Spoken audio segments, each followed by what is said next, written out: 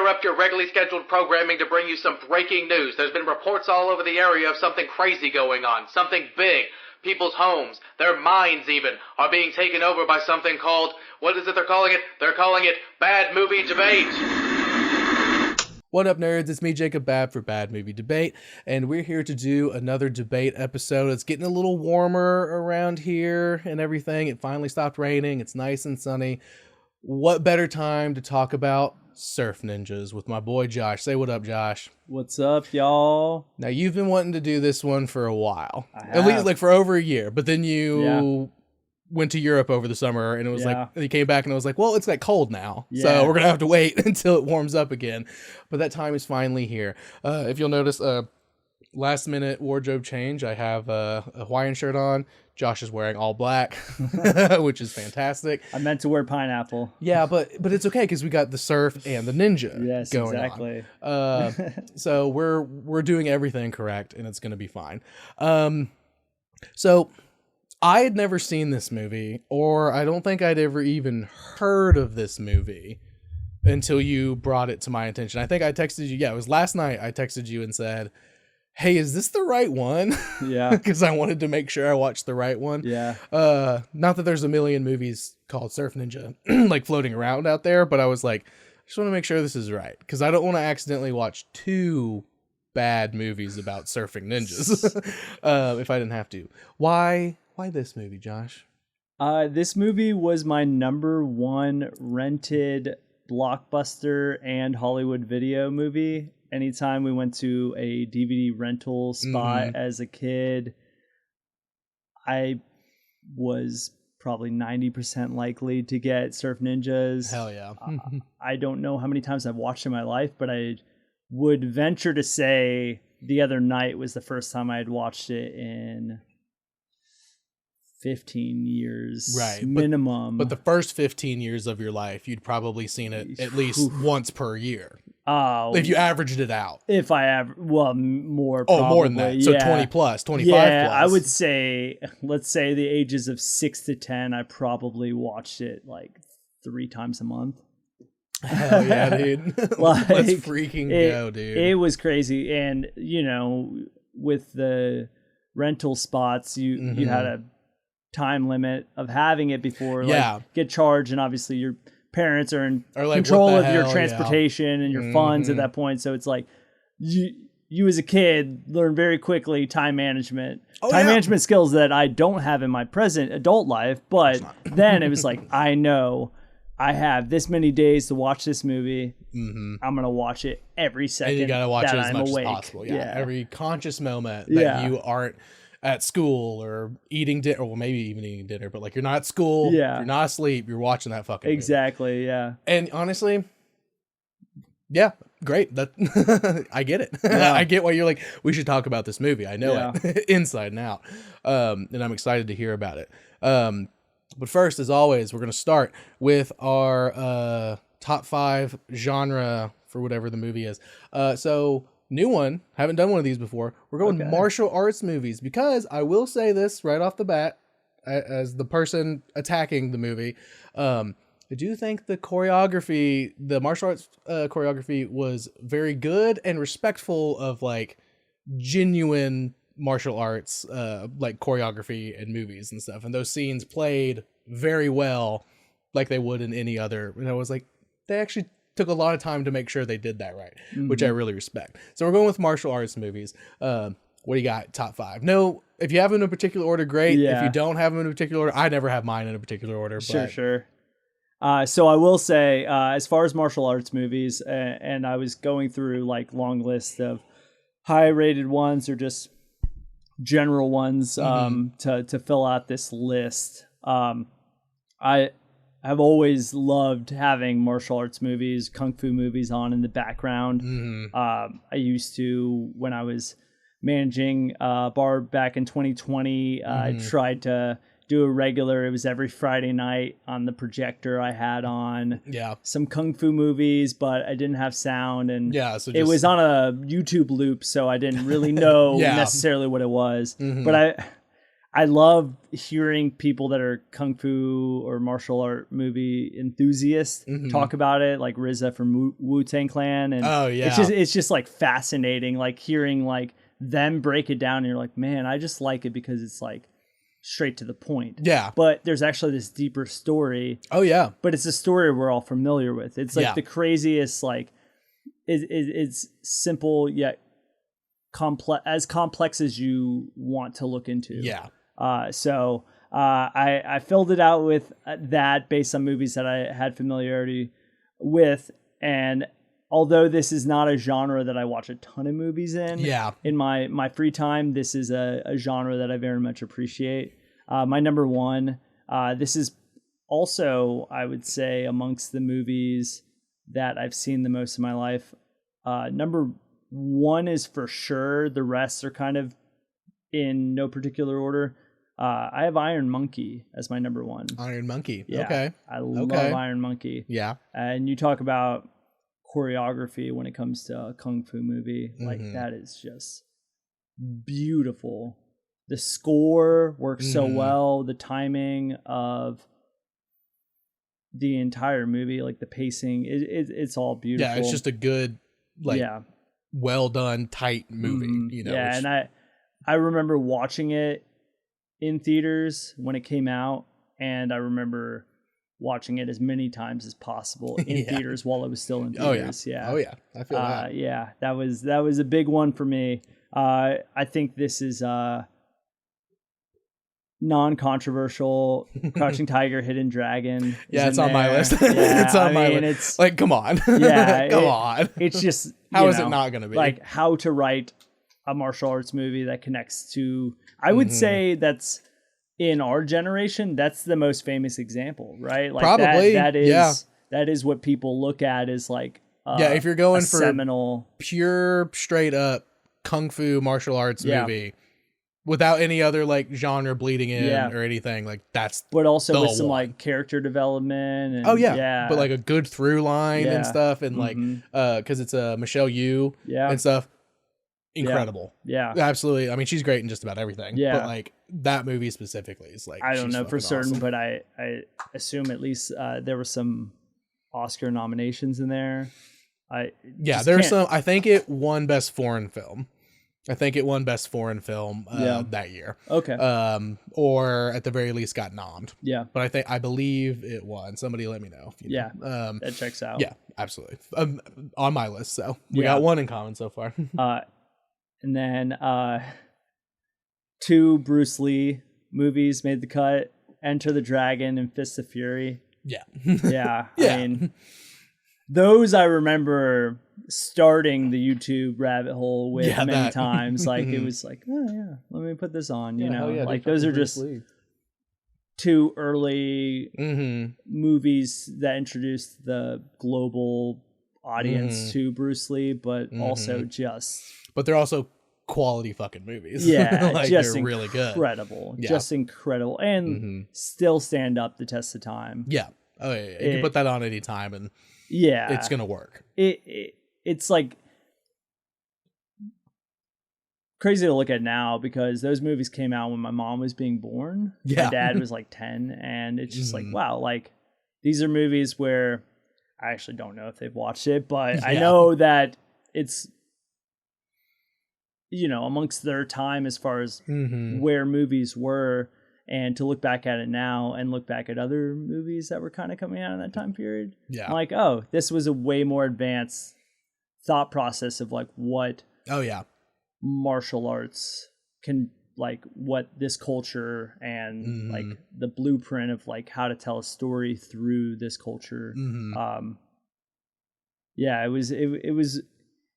was established earlier than a lot of other film styles. And I'm trying to think, like I can't remember what there was some documentary I was watching like about like movies in general and stuff, like, but they were talking about like in kung fu movies and like martial arts movies from like back in the day in the 60s and stuff, they were the first movies to like take a breath, because like there's a shot of like a cat just like drinking some water in the middle of this movie, to just like slow the pace down, because before that, like every other movie was like boom boom boom, go go go go, like push the plot forward, which is important to push the plot forward, but it like took a second to like just like, I'm just gonna hang out here with this cat for a second, let everybody take a breath, and then the scene continues like after and stuff. And it was like the Japanese filmmakers were the first to be like, it doesn't have to be all boom boom boom boom boom, like we can like take a moment of reflection on like what's happened and stuff, and then continue on with the story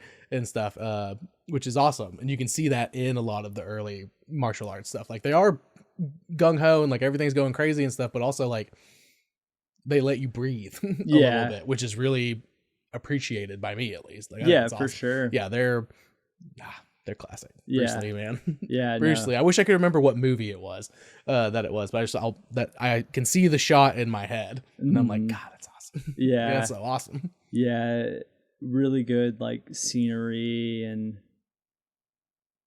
nature being like the main sounds that you hear for points after like large, intense violence. Yeah. No, those are felt like I had to throw in some early ones, and obviously Bruce Lee is the GOAT.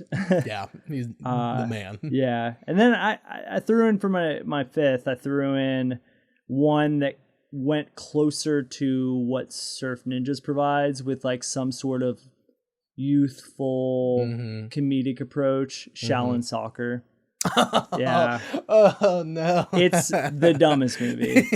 Maybe that's our second one. Yeah, maybe we can talk about that one. That is just an outrageous Holy film. Shit, I forgot about that one. Yeah. Oh my God, dude. Truly an outrageous film. You know what I almost put on my list? I didn't. I almost put, because I thought it would be funny, Balls of Fury. Yeah, that's funny. I know. I was looking at ones that were considered martial arts movies. Yeah, exactly. Mine's a little more eclectic, a little more less traditional in some ways. But I was like, I mean, hey, Balls of Fury, they're doing some kung fu in there. I was like, I did love that movie when it first came out. I thought it was hilarious. It's just, there's some good moments in that movie, but it's not great. God, Shaolin Soccer. Yeah, because that, to me, like, I don't have the childhood attachment to that like I do Surf Ninjas, but it is one of those movies that, you know, I could put on and enjoy, but I might not stay in the room the whole time. Yeah, exactly. It's on while you're cleaning. Yeah. You know? And you're like, oh shit, like I need to go put all this laundry up, and it's still playing in the other room, and then you come back and you're like, oh shit. You're watching a clip. Yeah, exactly. Yeah, exactly. I totally feel that. Yeah. God, what a movie. What a pull. It's insane. What a pull. It's insane. That's so funny. Okay, so I've got Crouching Tiger, Hidden Dragon, like we talked about, of course. Not surprised that that's on both. Sure. Have you seen Iron Monkey? I haven't seen Iron Monkey. I don't think I've seen that one. I know what you're talking about, but I don't think I've seen it. Okay. When did it come out? You said you saw it in theaters. It wasn't too long after Crouching Tiger, Hidden Dragon. Okay, so I would say the way I always viewed it was my favorite version of a similar story. Right. Yeah. Similar. Yeah. Same vein, but like a different approach and a different narrative, but like similar beats, like in the movie. Yes. I'll need to check that one out. Because I know I've heard of it, but I can't. But who's in it? No idea. You're better at that. Yeah. Fair. I like movie. Yeah, I like movie good. Yeah. Which is fair. Yeah. So I've got Seven Samurai. Okay. Seven Samurai. You've seen that one? Well, older. I think once. Yeah. It's a banger. Yeah. It's I mean, there's really not much more to say. Yeah. Like it's a classic. You can't really beat it. Yeah. Like maybe more than once, but never more than once actively. Yeah. Once very much paying attention. Yeah. The first time I watched it, I was so locked in. I was like, holy shit, this is amazing. And I was like, oh right, this is why we have Star Wars. We have Star Wars because he took a lot of he was inspired by a lot of like Western and like stuff like that, but then also because of samurai movies from back in the day. Yeah. And I was like, I can see that now. Like, which is probably part of the reason why I like him. Like, oh yeah, George Lucas likes this movie. Of course he does. Like, why wouldn't he? And then I have another one. I cheated a little bit. Rush Hour 1 through 3 is just one of my contenders. Okay. It's just one. Yeah. I love those movies. Yeah, they are so fucking fun. Great. All three of them are bangers. Yeah. Chris Tucker and Jackie Chan, you just can't beat. Yeah. Like, if I found out tomorrow that they were going to try to make a fourth one, with them or with new people, I would throw a fit. They're perfect. They're done. We don't need anymore. Yeah. Those movies they just tickled me so much, and were probably my earliest intro into like kung fu movies. And there's like, there's like a whole, because like it's comedy obviously, like for the most of it, but then like there is like that like Eastern culture like narrative going on throughout the entire thing and stuff, and like that introed me into like, oh, Japanese movies, there's a lot going on there, and like, whoa, there's a fuck ton of Japanese movies I need to watch. And I was like, holy shit. So thank you to Rush Hour for those. And then this one, another one with Michelle Yeoh, Everything Everywhere All at Once. I haven't seen it. So it came up on a few different lists, and I was like, what? That's like a weird, trippy sci-fi movie and stuff. But then I like thought about it, and I was like, she does a fuck ton of kung fu in that movie. Mm-hmm. She's kicking the shit out of people left and right. There's a ton of kung fu going on in that entire movie, and I was like, and it's Michelle Yeoh. Yeah. Crouching Tiger, Hidden Dragon. I was like, oh yeah, this is definitely a kung fu movie. It's amazing. You should watch that movie. And then my last one, I couldn't not do it just as who I am. The Matrix. Oh, okay. I thought you were going to say Karate Kid for some reason. No, that was on every single list. And I was like, I mean, you know, Karate Kid's cool, but like, nah, but like The Matrix. And I was like, yeah, it counts. I was like, I think it counts. It was on every list I looked up. I'm like, whether it was top 20, top 15, top 10, or top 100. Yeah. It was on almost every single list. And I was like, all right, I'm at it, because the Matrix fucking rocks. No, like, it does. And and there are some quality ass kung fu moments. In that when he downloads the information to be like, I need to know kung fu. Yeah, it just fucking goes crazy. Can't beat it. No, you genuinely can't beat it. No, I agree. Seven Samurai is a better movie. I'll say that. Yeah. Don't come for me. I'll also say I think Matrix 2 is a better movie than Matrix 1. Wow. That's a new take. Yeah. Not 3 though. Is that a new one? Yeah. You've never heard somebody say Matrix 2? No, I've always heard the opinion that it's they go in order. First is best, then the second, and then the third. Oh. And then now the fourth. Yeah. They get worse as they go, is the opinion I've always heard. Yeah. And have subscribed to. I haven't seen 2 or 3 in a really long time. I haven't even touched 4. Yeah. But I've seen one. I haven't watched 4. I heard it was just like, yeah, man, they made another Matrix movie. Yeah. It was like how people were coming out of that movie, and I was like, all right, so I'll and then pass. Keanu's like, I'll do John Wick now. Yeah, all right. Which that might count too, but yeah, it was on a couple lists and stuff, and I was like, I feel like it's too. It's too different in my mind, even though the Matrix is literally a whole different fucking dystopian world. But I was like, but John Wick is different, even though that could actually happen. I was like, it's too unrealistic to be a kung fu movie. No, it feels more just like action movie. It's more action, than like kung fu and stuff. Which the Matrix is more sci-fi than it is. But when they have the kung fu, it's really fucking awesome. Sure, and it's done really well. But it's a way in which you connect to kung fu movies more. Which, exactly. Yeah, fair. Exactly. So yeah.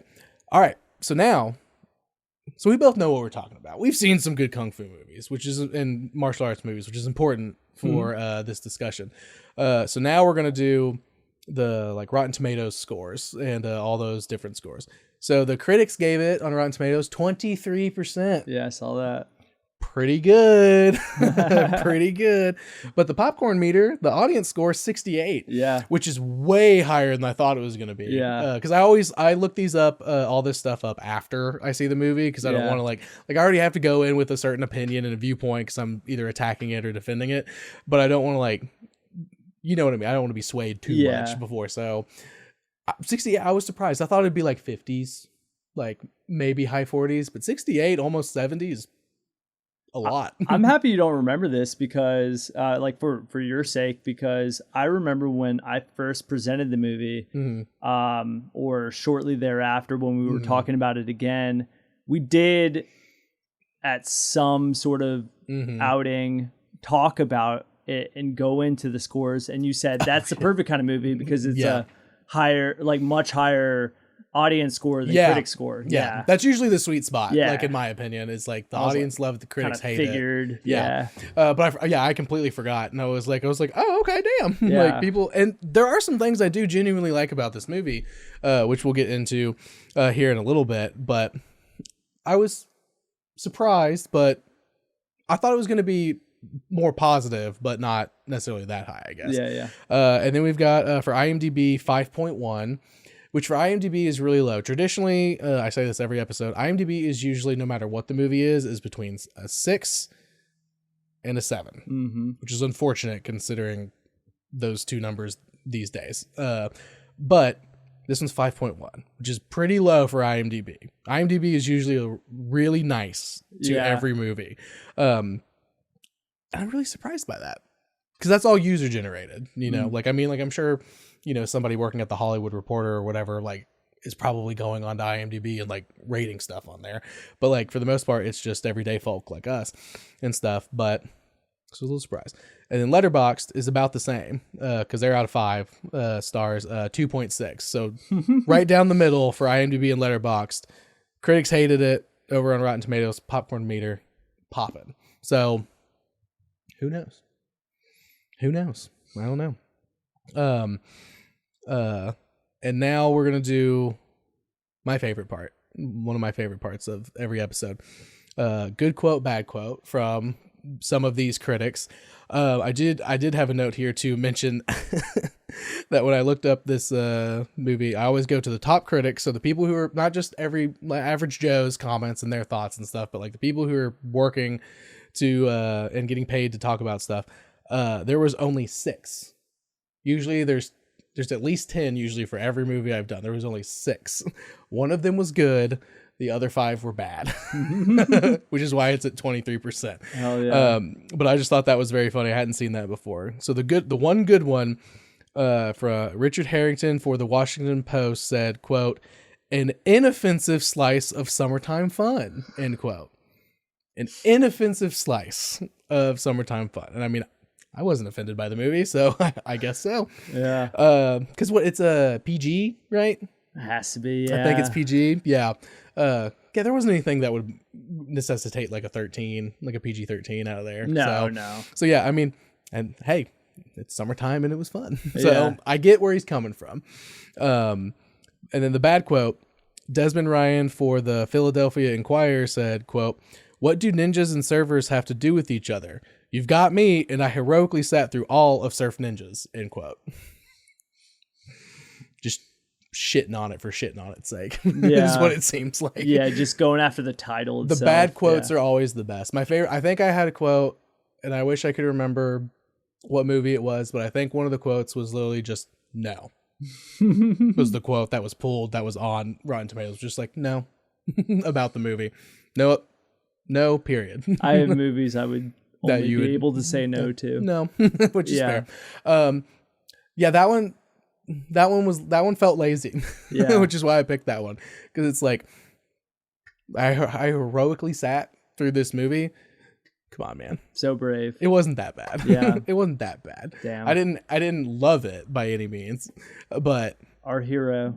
Our hero, dude. doing a God's work. Yeah. So keeping us all safe. Okay, so I also like to throw a little curveball. So I'm attacking, you're defending and stuff. Now that we're about to get into it, good conversation starter. What's something you don't like about the movie? Because I have something I really actually genuinely thought was solid about this movie. Yeah. But what do you not like about it? I want to hear that first. I guess revisiting it, I love watching kids movies still. Yeah. In my 30s. Yeah, of course. They're nice. They make you feel good. Yeah, exactly. I, for some reason, don't connect super well when it comes to a teenage protagonist. Yeah. Like a little kid protagonist or a young adult protagonist. Yeah, so like a tween or younger. Yeah. Is usually works better. Yeah. In terms of like giving a shit about what they're going through.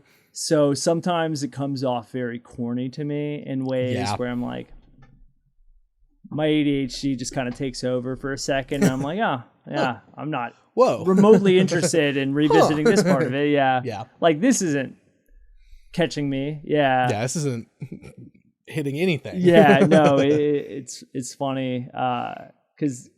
So you wish that Johnny was a little bit younger. Well, like, and... because he's like, what, like, supposed to be 16, probably? Yeah, I think so. Because Rob Schneider, his friend, Rob Schneider's in this fucking movie, by the way. That was young Rob very Schneider. Unexpected and really threw me for a loop for the first, like, 10 minutes of the movie, I must admit. I was like, he's a 16-year-old kid, 'cause he's driving a car, so he's got to be at least 16, and he's got really red hair in this movie. Yep. I got over it at some point. Yeah. But so he's like 16, so Johnny's like 16. Yeah. Like, give or take. Yeah. Yeah, just, that, like... I feel that. Element sometimes where I'm like, you can tell. I feel like child actors can hold up, like, when you revisit certain films, but with teenagers sometimes, you're like, there's just so much going on in their minds and bodies that... And there's a lot of extra, like, there's a lot of added, like, drama, like, I guess you could say, because, like, then you get into, like, because, like, they put in like a romance narrative for him and stuff, because he's our main character. And like, she's way too obsessed with him. It's weird. Yeah. It's weird. Like, it's a weird promise thing to him. Yeah. Like, but I will say, I did like that, spoilers. Once they get to the island and stuff, they, like, have a little moment where it slows down. Yeah. And she just straight up says to him, I am not a piece of property. Mm-hmm. This has been an arranged thing my entire life. I had no say in it, and I think that's stupid and fucked up. I'm paraphrasing. And I don't like that.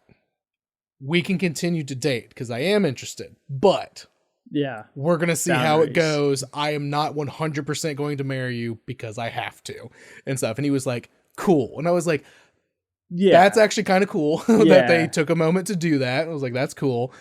But the fact that there was a love interest in this movie at all was kind of like, if he wasn't 16, if he was younger, we would have never probably come across that, So I'm like, this is a very, like, interesting, intelligent human being, like, woman that is, like, interested in him. And once they kind of moved into the character development part of that, it didn't feel as, like, awkward, but just the whole trope of prince, soon to be king sort of thing, like, that's fine, but then it's like, oh yeah, that usually comes with some sort of aggressive patriarchal tie to like women as property, and so it was unexpected, but then they also unexpectedly addressed it and was like, we're not gonna do that. And I was like, that's cool. Johnny's a good guy. And Johnny's a good guy. Yeah, it's not like... I like Johnny. Yeah, he's... And Adam. Like, I like them both. Like, they were fun. Yeah, but he wasn't, like, neither... I mean, they're good kids. Yeah. Like, they were raised well by, their caretaker. Yeah, Mac. Mac. Their adopted dad, quote unquote. Mac. I can't wait to share my favorite Mac quote later. But, yeah, no, they like... They had an awesome upbringing, and obviously you don't dive too much into that. This movie's only an hour and 20 minutes. Yeah, there's not too much to get into in that regard. But... You can tell, like, based on how the story goes, that they were raised well. Yeah, they were raised well. They were giving him a hard time, and stuff. But they're, they're of kids course. living in LA, like, to skateboard and surf. Like, so of course they're going to be like punks to an extent. But like, they cared for their dad. They did everything he wanted them to. Like, he was like, y'all need to do this and that. Like, go take out the trash. And they're like, whatever, dad, as they're doing it. You know, like, exactly. And stuff. But I get what you mean, though, like, when it's like a teenager and stuff, like, because, like, I was more concerned about how Adam was doing because he was younger and stuff. And I feel like because he's younger, it just, like, it pushes, like, this feeling of, like, it's like, well, I just want to make sure you're okay. And I'm like, you're a fucking teenager. Like, I kind of really don't care about what's going on with you. Teenagers are mean. Most children aren't. Most little kids aren't. and they're just trying to get by and stuff. So them going through a hard time, it's like, oh yeah, I want you to succeed and stuff. If it was just Johnny, I would have been like, this kid kind of sucks. Yeah. Like, and stuff. But Adam balances him. And like, sure. and he's a good older brother. Yeah. And I'm like, okay, so the balance of like, it helps in that regard. But like, I totally get what you mean. And like, having their friend, fucking Robbie Schneider. Yeah. I'm forgetting his character's name. The whole time, they said it a million times. And every time I saw him, I was just like, that's Rob Schneider. I cannot remember. Just some generic name, I feel like. But it was very much Billy or something like that. I don't think I even wrote it down. Yeah. Every time I wrote down his character name, I wrote Rob Schneider. When I took my notes, I was like, Rob Schneider did this. He said that. But it's like even like Johnny's, peer, like his that's his age. Rob's character is his age. Even with like that character being there also helped Johnny look a lot better. Yeah, exactly. Because he's tough. It's essentially a story about the brothers, and then Rob is just there and he just tags along. But and then they have a cop join, and then their uncle join, and I love Lieutenant Spence. Yeah, Lieutenant Spence. I will talk more about him later. I loved him from the moment he showed. His voice is amazing. Like how. And maybe I'm just forgetting a lot of things he did outside of the movie, but how did his voice not just carry him to different I don't know.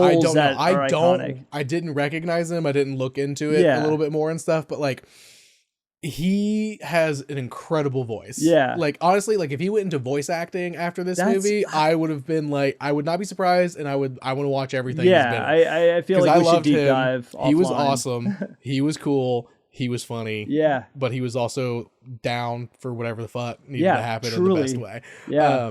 Okay, so you didn't love that it was a teenage protagonist, because that's just like one of those things. Yeah. That throws you for a bit of a loop, which I completely agree with, and I understand that. Depending on what story's being told, it's like we were just talking about Euphoria, because Austin's finishing up Euphoria finally. I was like, oh, these people are in high school and they're doing all this shit. Couldn't give less of a fuck about this show. And they're doing all this shit. I was like, put it in college. It'll make it more realistic. And they're adults and I'll actually care. Mm-hmm. I was like, but they're doing all this drug and sex and violent stuff. And I'm like, but they're in high school. I do not give a fuck. Yeah. Like about that. They're in high school, or they're in college at least. Well, they're adults now. Yeah. I can get into it a little bit more. And I also heard this last season kind of sucks, but I don't know. I've never watched the show. So my favorite part about this movie, my one thing that I was like, this is the best part about the movie, is Adam. So it's so Johnny is the soon to be king, like warrior. He's like the warrior prince, and like he's gonna be a warrior and stuff. And he kicks ass the entire movie. He does a good job. And then Adam is supposed to be a seer and stuff.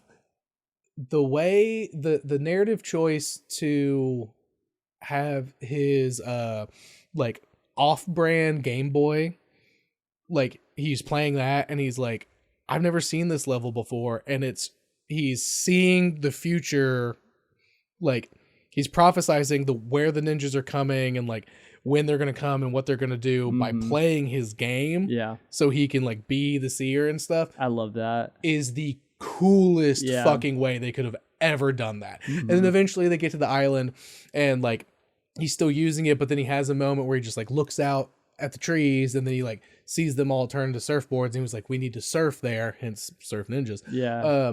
And everything. And I was like, that's fucking awesome. Yeah. That is the coolest narrative point decision they could have ever made, because that's such a 90s fucking 93. And that's such a 90s fucking like kid, like this big old, it looks like a Switch 2 in the size, but it plays like a fucking Game Boy. Yeah. And he's fucking playing it, and it's like so pixelated and like looks like shit relative. Like I love those kind of games. Pokemon Gen 1 is still one of my favorite video games of all time, because of the aesthetic of it too. But like he's just playing this game and he's like, oh fuck, and he's like, oh no, like watch out, like and stuff, because like they're coming out and like he's looking at it, and then they see them take his Johnny's betrothed and stuff, like it's like, oh, they're attacking her, we gotta go, like and stuff, and they go, and that's exactly what's happening. Yeah, that was so fucking cool. Yeah, that was such a good decision. Whoever came up with that idea, I I hope you went on to make many other wonderful things and stuff. Or, your pillow's always cold at night, because that was a fucking amazing decision. Yeah. That really like locked me back in for a minute, because I was like, all right, yeah, we're getting into it. Like, okay, things are happening and stuff. And then I was like, wait a minute. So we actually can see stuff. Like, he actually is a seer. Like, that's cool. Some magical realism being thrown in a way that was so of the time. Yeah. I was especially like, that's perfect. The arcade scene. Yes, dude. It's so perfect. It was great. Like, you can't beat it. No. Honestly. Like, that was definitely my absolute favorite part of this movie. Yeah, because that scene in particular, him using it was I guess the most pivotal scene that he was a part of. Yeah. Mm-hmm.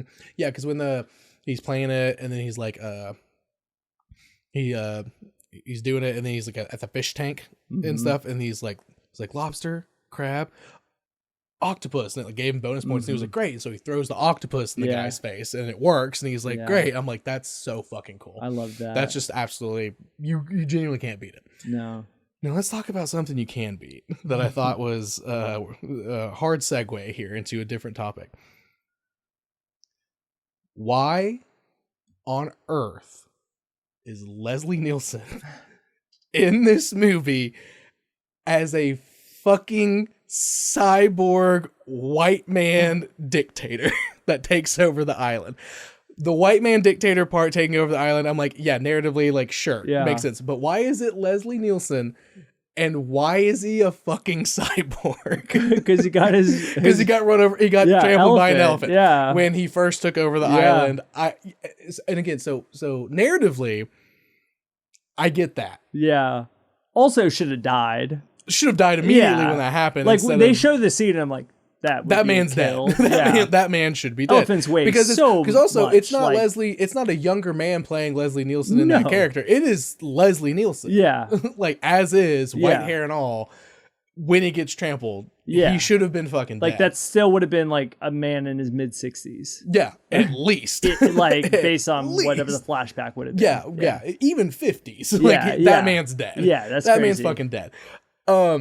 It said his name when it popped up. Yeah. And I was like, okay. Yeah. And then the first scene when we cut to him, I was like, why? He's a cyborg. And I was like, I'm sure we'll get the context. And we did, which, I appreciate. But also it would have been a lot funnier to me if they just never said how he became a cyborg, and he just was a cyborg the entire time.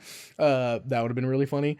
But I don't know, man. What do you think about that? Because I was really very much just like, why is this happening? It was very distracting. Much like Rob Schneider was a bummer. Yeah. That I was like, that's just Rob Schneider. I was like, that's just Leslie Nielsen. But also I love him. Yeah. And he can do no wrong. Yeah. So if he decided to do this, I'm sure it makes sense in some kind of way. But I couldn't get there. Yeah. It felt so... It's just... strange and funny to like it's look back at like a film in the early 90s, and I'm like, okay, I remember this not being a low budget film. No, the budget was there. They did a lot of really cool stuff, but it's funny because like Rob Schneider would have been as inexpensive as he ever would have been after that. Oh yeah. And then Leslie Nielsen like had done major films before then, so it's like he'd been working since the 60s, dude. He is the big star. He is the biggest star in this movie. Like at the time, like he would have been the concept itself I think would have gotten parents to bring their kids, but Leslie Nielsen was the draw as far as like the connection to because this is our parents. This is after Police Academy. Yeah, like the after show Airplane. and Airplane and everything. Like, so it was just very shocking, but it was also a bit of a distraction from like the overall plot, because when we first see him, he does the phone bit. He has that bit with the phone where he like runs up there and he misses it, and he's like, damn it, and he puts it down, and he runs back down, and it rings again, he runs back up and stuff. Yeah. which is classic Leslie Nielsen Yeah. comedy, and it was done super well, especially when you cut to the next time the phone rings. Yeah. He's about to miss it, but you hear the voice memo say like, "Oh, this is Colonel Chi and stuff. Leave a message, but also don't hang up." Like he like changed it to be like, "Don't hang up. I'm almost there." Like, and he gets there that time because the message was longer, and I'm like, that's fucking hilarious. But why am I seeing this in this movie right now? I don't know. It was just very distracting for me in a way that, not that I don't like, but in a way that, again, every time it cut to Leslie Nielsen, I was like, it's Leslie Nielsen. Look at him go. Like, with and stuff. And again, Shogun and he's helmet. And he's a fucking cyborg. Yeah. And he like bitches at the dude because he like spills some water on his hand. And he's like, don't ever fucking get water on my battery or I'll die. Like, and stuff. And it's like, why? Yeah. Like, it's just, maybe you should retire. It's a weird choice. Yeah. It's just a weird choice. I don't know. You think you just fully agree on that? That's a weird choice. Yeah. Not much to defend that. Leslie Nielsen is one of those characters, especially, I mean, because of how young Rob Schneider is. Yeah. I get past that at many points during the movie, but Leslie Nielsen is Leslie Nielsen. Yeah, he looks the same age as when he was doing Police Academy and Airplane, and cut all the way to when he was in Scary Movie 3. He looks the exact same and has looked the exact same for 30 years. Yeah, like truly. And stuff like, oh, and it's just, and his voice is just so iconic, and just the way he delivers every line and stuff. Like, God, I loved it, but it was very distracting, and I was like, why is this happening? Yeah, like, no, and just like, I don't know. Again, narratively, it totally makes sense that the guy who took over was a white man and he made a dictatorship. Yeah. Absolutely, totally makes sense. I get that. First and foremost, why is he a cyborg? Yeah. Why? Because it's 1993 and cyborgs are cool.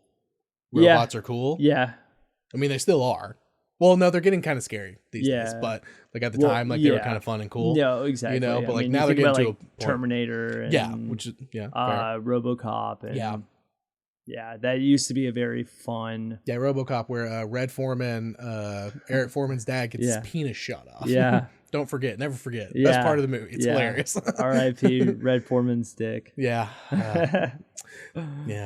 But robots are cool. And that's the only thing I can think of is they're like, well, we want people to know it's Leslie Nielsen because he's going to do his bits. Yeah. And we're going to let him do his bits.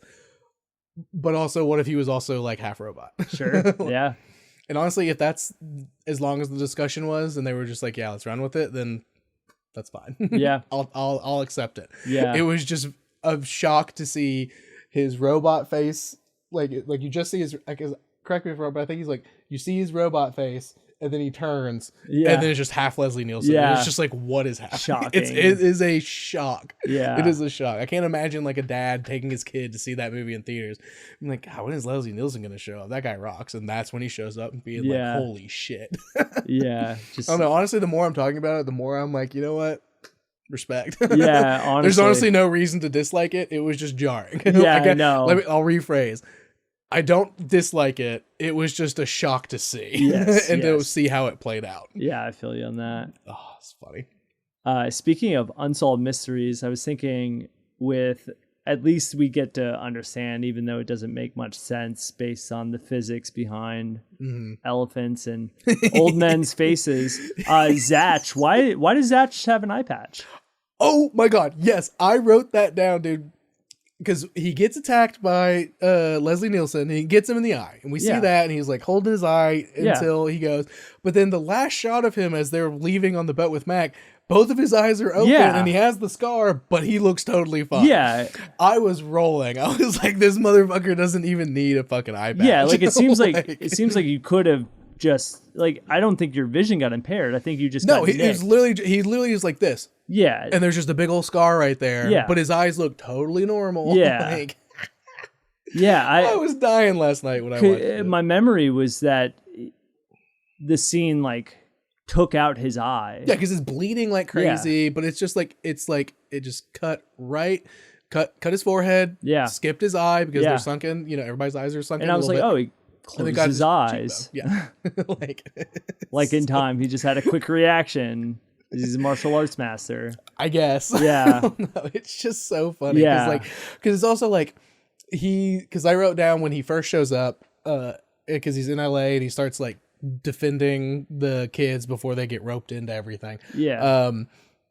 Like I was like, who the fuck is this bum with an eye patch? Like, why is he protecting these guys? I was like, he's from their homeland, I guess, is probably where it's gonna go. And like, of course, ends up being their uncle and everything and all that stuff. But I was like, does he need an eye patch so we make sure we see him? Because we held on him more than enough times to be like, this man's important to the story. He didn't need an eye patch to make him stick out. And also, a person with an eye patch doesn't make for a good ninja, in my mind. Because like, I don't know about you, and like, this is no disrespect to anybody or anything, but like, you notice when somebody has an eye patch. When you're walking down the street and you walk by somebody with an eye patch, like, you don't have to even stare at them and like be weird about it. You just like, when you're walking and you like catch people's faces as you're walking, you're going to be like, oh, that last person that walked by had an eye patch. It's just something that is immediately clocked subconsciously or like consciously by everybody. Yeah. That person has an eye patch. Anyway, keep going. Doesn't mean anything. Doesn't matter. But you're going to remember that person. Mm-hmm. And this guy's supposed to be a fucking world-class ninja. Yeah. He's the best ninja of this nation. He's the best character. He's the best character. Yeah. But why is he wearing an eye patch? Yeah. I completely agree. He like sense. Oh, so funny. Yeah. I had thought that wasn't a mystery going into the movie, revisiting the movie, and then when they showed the scene that he was supposedly like losing his eye, he didn't lose an eye, and then he starts wearing an eye patch for the next couple decades, like or I guess like over a decade, 10 12 years, because I would assume that Johnny is like, Adam says he's 10 and he's a baby, so like at least 9 years, like or a decade, because Johnny's young enough to not remember he's very much anything. A small child, very much a small child. That's the funniest shit, dude. I noticed that too. I was just like, if he kept his eye closed in that take, in that shot, or they just cut that shot out entirely, we wouldn't have to be sitting here talking about it. You know? Like, it's a bad editing choice to use that take. Be like, dude, close your fucking eye. Yeah. Which is it's funny. Because that is in real life, IRL, that is Zach is Johnny's dad. He's Ernie Reyes Sr. and Johnny is Ernie Reyes Jr. I didn't know that. Well, because when it first comes up, it's Ernie Reyes Jr. Ernie Reyes Sr. Like senior and then junior, and I was like, oh, who's who? And like when I was looking at IMDb, I was like, oh, it's Zach and Johnny. Like that's his. Yeah. That's funny. Yeah, that's awesome. It makes sense. Also, Johnny's 21. In that movie? Because there's when they're going to surf at the end of the movie, I was like, this teenager is fucking jacked. Yeah. I was like, I mean, I know teenagers can be jacked, and I was like, I don't think he could be that jacked. At 16. And so I looked it up, and I was like, yeah, okay, yeah. So he was 21 at the time of filming, and I was like, okay, that makes more sense. Yeah. I was like, that makes more sense. No. But yeah, that they're a father and son duo, which is rad. Yeah, and they worked really well together. Yeah, and everything. But Reyes, so they're not Japanese. I guess not. I'm trying to remember what was the Pacific country? Islander. Yeah, in some fashion, Asian in some sort. Yeah, but yeah. Oh, what? They just made up they made up a island country that had a monarchy. Yeah, like it was definitely Pacific Islander, like of some sort. But yeah, I think it's Reyes. Let me double check. No, yeah. But I believe Reyes to me sounds South American. Yeah, exactly. Like or Hispanic of some sort. Yeah. Let me double check real quick. But yeah, it was tough with the eye thing because he just did not need it. Yeah. And so every time after that scene, every time I saw him after, I was like, you don't need that. Yeah. Like, you don't need that, dude. Satch, what are you doing? He looks tough. Yeah. Sure. Yeah, it's Reyes, Reyes. Okay. Ernie Reyes Sr. and Jr. Okay. fucking awesome. And then fucking Rob Schneider's in there too. Yeah. Because I just had to see his fucking face again. Yeah. On IMDb. Unfortunately, it's Ernie Reyes Sr. on the list of actors in the movie. It was Ernie Reyes Sr., fucking Rob Schneider, and then Junior. And I was like, swap those. Please swap those. Somebody swap those. I don't want to see Rob Schneider's fucking face. That's funny. If I can be honest. Yeah. So in that scene, there's Mac. That's when like Mac takes him because he. So I wish this movie had about 15 more minutes. Because I want to know, how the fuck did Mac link up with this tiny Pacific Islander nation? Yeah. And because he's just a guy from, honestly, he was giving like a guy from New York for Chicago, like energy, but they lived in LA, which makes sense, I think. But because they surf, of course. How the fuck did he link up with this country? Yeah.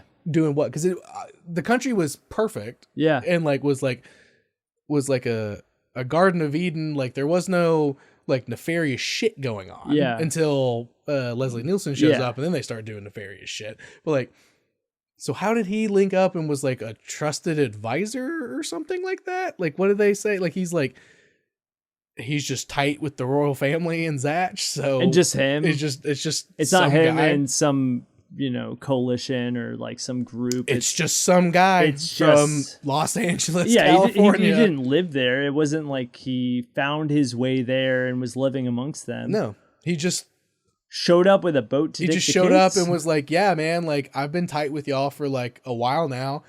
I'll take these kids to LA and keep them safe. Raise them. No context. Exactly. Like there's one line of context when Zatch is telling the story where he says like Mac was this or that, but it's a very loose connection be like, okay, and now I'm raising these children for the foreseeable future. Yeah. Like maybe forever. Yeah. Like unless all this comes, like they find us. They didn't find out they were adopted until like shortly into the film.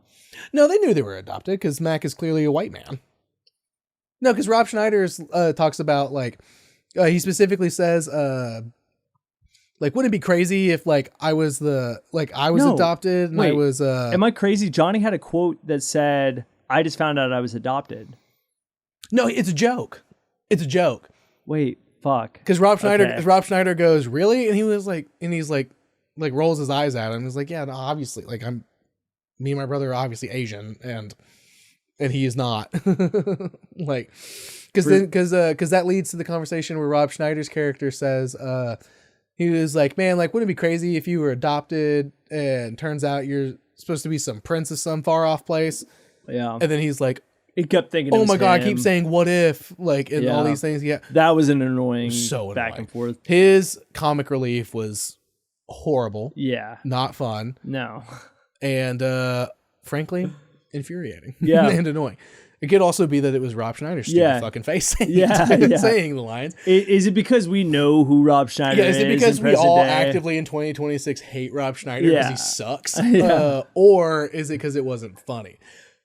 I'm going to say a little bit of this, a little bit of that. I'm going to say it just wasn't great comedic relief, but also the signs were there. The signs were there. Yeah. The signs were there. Yeah. Yeah.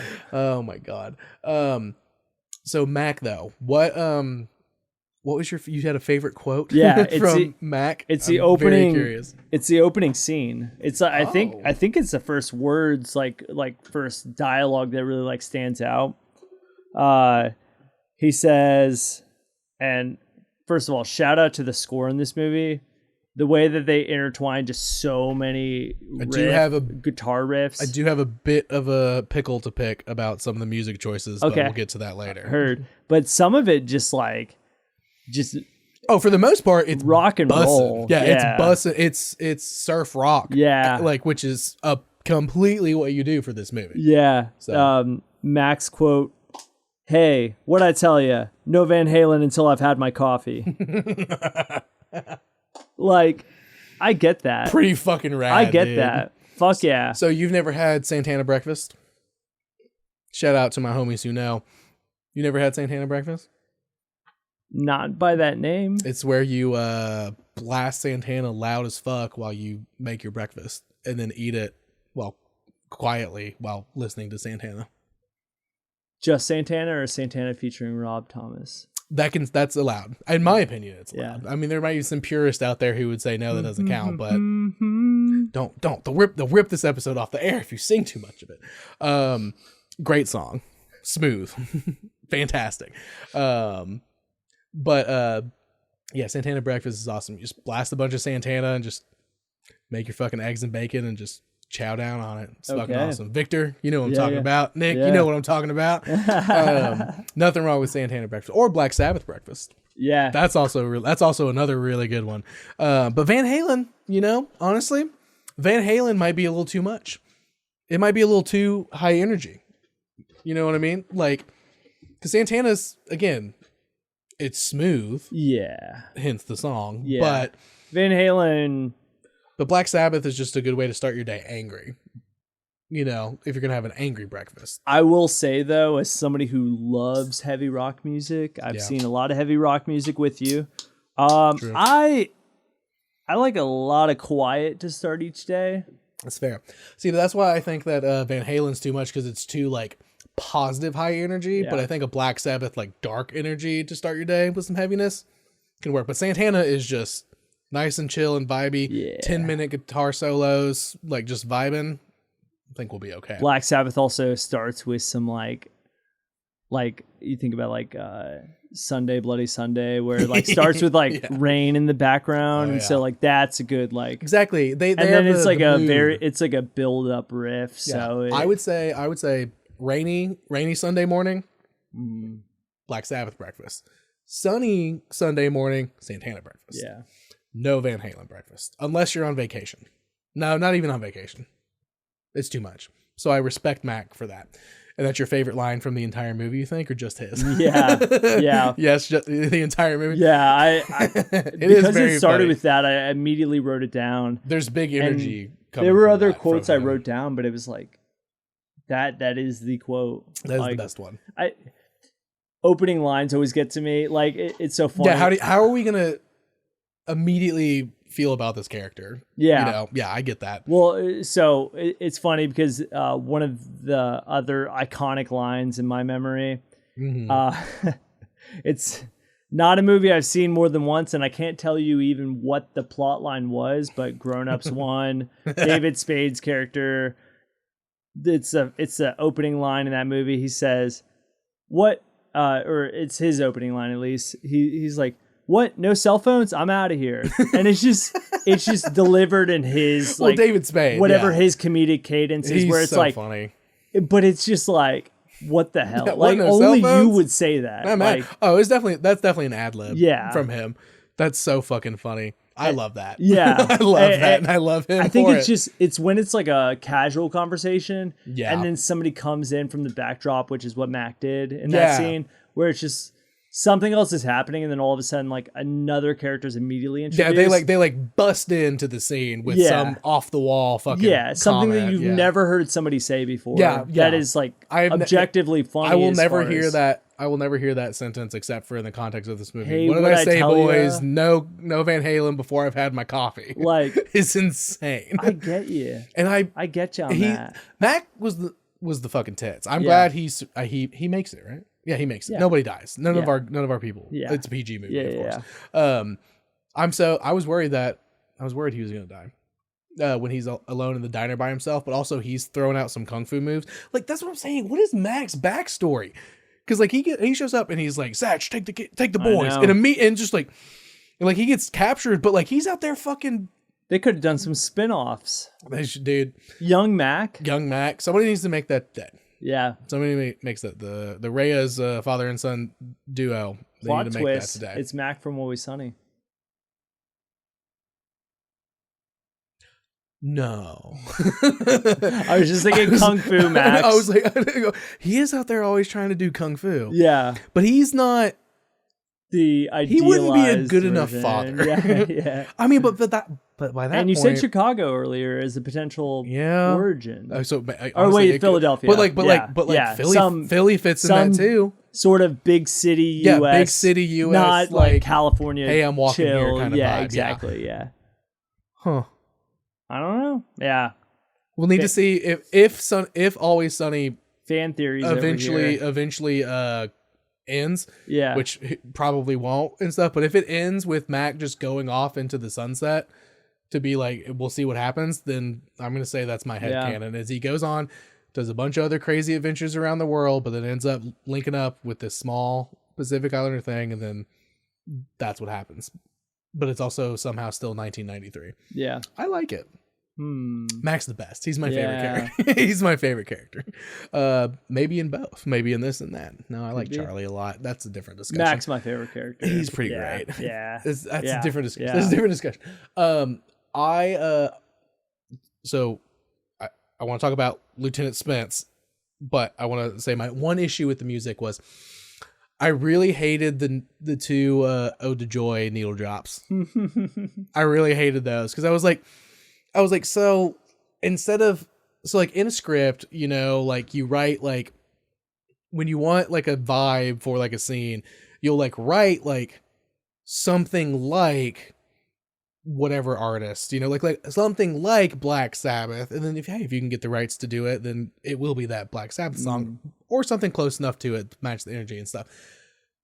And then this one, it's like, well, Ode to Joy, anybody can use it anytime because it's public domain. Like you can use it whenever you want and stuff. And I'm like, oh, come on, man. Like we could have gotten something like more original and stuff. It was very jarring for the context and stuff. Like I get that it's a big like two big giant moments of realization for Johnny that he can do kung fu and that he does as the sword or the knife as they call it, even though it's a fucking sword, which is a whole other side plot conversation we need to have. The cave of knives, but they're fucking swords, which is insane, but neither here or there at this point. Yeah, these have definitions. Yeah.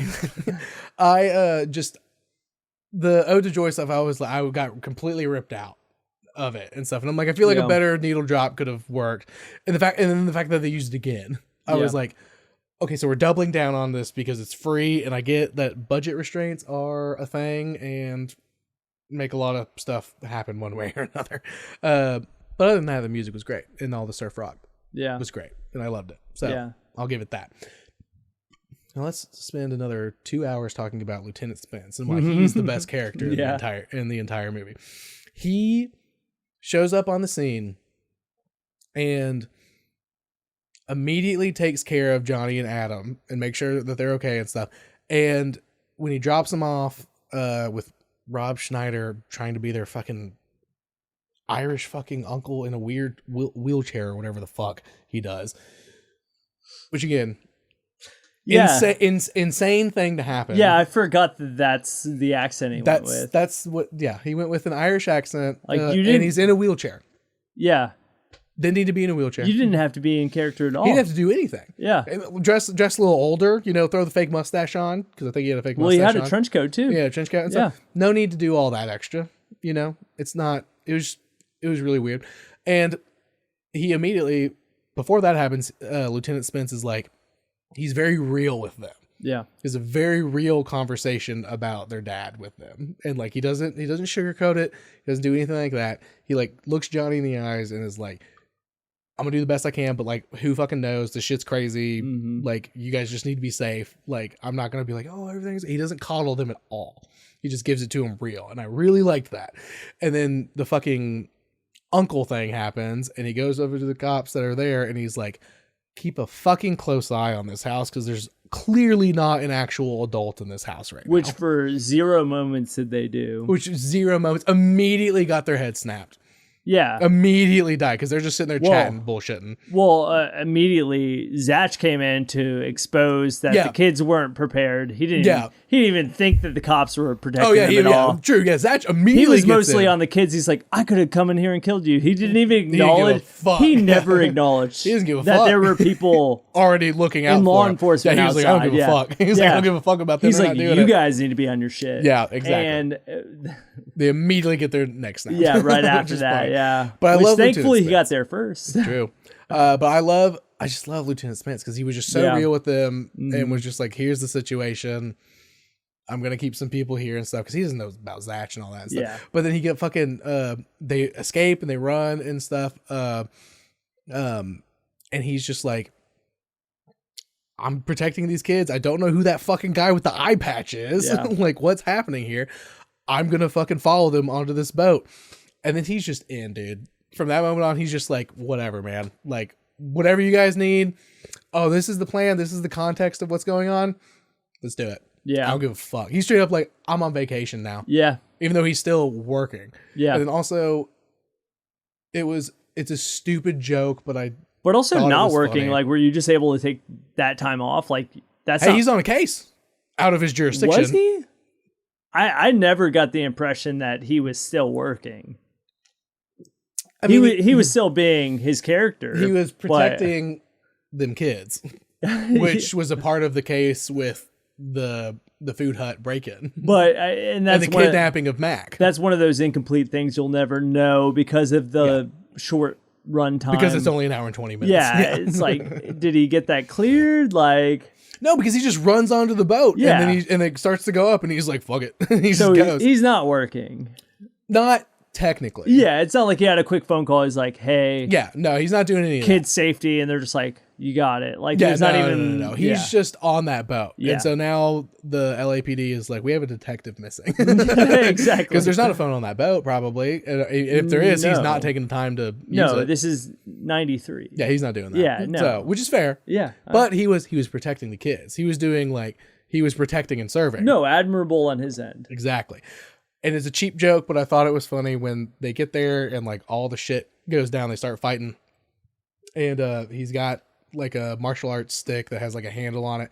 And then he hits this guy and it breaks, and then blocks that guy and it breaks, and it goes into a perfect police baton shape. And he's like, oh, I can work with this. Like, I know. He's like, I know this. He's like, come on. He goes and they start beating the shit out of people. And I'm like, cheap joke, but I love Lieutenant Spence, so it's fine. And it wasn't Rob Schneider making a joke, so exactly. So I liked it. Yeah. Because the humor in it is pretty good. Besides all the Rob Schneider, like, haha, the kids will think this is funny. Yeah. Type shit, which was one of my biggest issues. Was like, honestly, if Rob Schneider wasn't in this movie, like this character wasn't in this movie would be just organically funnier and like a totally fine ride, like a much better ride. Yeah. Going through, like, they just really didn't need all of his energy of like, even till the very end, he's like, I'm the real king. Yeah. As they're literally being crowned. Yeah. And stuff. Like, okay, get over it. Like, I don't know. Yeah. It was so the main character energy. Yeah. From him, which I don't know. I mean, I feel like every movie after that he was in was a Rob Schneider movie, but I don't know what he did until I'm trying to think of the first film I ever saw him in, but probably that's the only one I know where he was. The only movie where he like was a actually minor. Definitely the youngest I've ever seen him. The only movie I know that I've seen where he's in it, speaking of David Spade, where he is actually genuinely the main character, Benchwarmers. Other than that, he's mostly just standing next to Adam Sandler. Yeah. And he's in all of those early Adam Sandler movies. Yeah. Because they were friends at the time. Yeah. But and then things changed. You say that, and I know he's in all those movies, but I don't think of him in those movies. Exactly, because sometimes he's just there for a second. And because there's no other, like, Adam Sandler is a very distinct, loud character in whatever he plays in also, to where even when he has other people that are similar energies, it's not as jarring as it is in a kids movie about surf ninjas. Like, fair. Yeah, where you're just like, fair. That's Rob Schneider and he's not the main character. Yeah, that's fair. Yeah, I'd agree with that. Where you're just like, oh, this is an Adam Sandler movie who is also like a similar-ish as far as like weird, distinct comedy approach. Yeah. But also, I don't know. Yeah. Also, yeah. Like, it's just kind of. Yeah, they break the fourth wall at one point. Yeah. Where he says, I wrote it down. They have him break the fourth wall. Zach is talking about smoking cigarettes. Yeah. And then he's like, and Rob Schneider says, oh, maybe you should get the patch. And then he looks into the camera and goes, look who I'm talking to. Again, a patch that he doesn't need. It's so unnecessary. It's not funny, and he doesn't even need the fucking eye patch. Him doing like the gym office sort of. Yeah, literally. Like, but then talks to the camera too. Yeah. Like, is the worst part of it. Look who I'm talking to. Yeah. Awful. It's so bad. Take him out, and this movie goes up like 15,000 points. Yeah. For me, like whatever the scale is, it goes up a full star. Yeah. Out of 5. Now I do want to say, so the pacing of this movie is a short movie. Yeah. And it is pretty much go, go, go, but there are some softer moments, you know, when his betrothed is like, fuck this, and like they like take the time to like have that conversation, which is good and stuff, and like we slow down and stuff. Not a whole lot of reflection, but like whatever. The end of the movie though is very funny in the sense, so they do the ninja surf to get to the compound and stuff, as they should, because it's surf ninjas, makes sense. Rob Schneider's character finally surfs for the first time. Poser the entire time. Yeah, but also you find out he's a fucking poser the entire time. Horrible character. Hate him. But we're doing everything. Everything's fine. And they climb up the wall and they look for maybe a quarter of a second. They're like looking, and they're out there training and stuff. And they just start chucking dynamite. And then it's just full-blown attack montage for like 10 minutes, which was great, I will say. But for me, I was like, okay, but they're ninjas, so you think they'd sneak a little bit more before they just go into it's a full-blown battle. But they just lob like 5 sticks of dynamite, and just boom, boom, boom, boom, boom, and they're like, which is cool, and it works. Sure. But and they're like, yeah, we got to wrap this movie up. It's only got like 15 minutes left here. But I was just like, I thought they would have snuck around a little bit. The irony in this movie is the only ninjas are the ones attacking the kids. Yes. Is the greatest irony of this film, for sure. Is the only ones who are actually genuinely sneaking around are...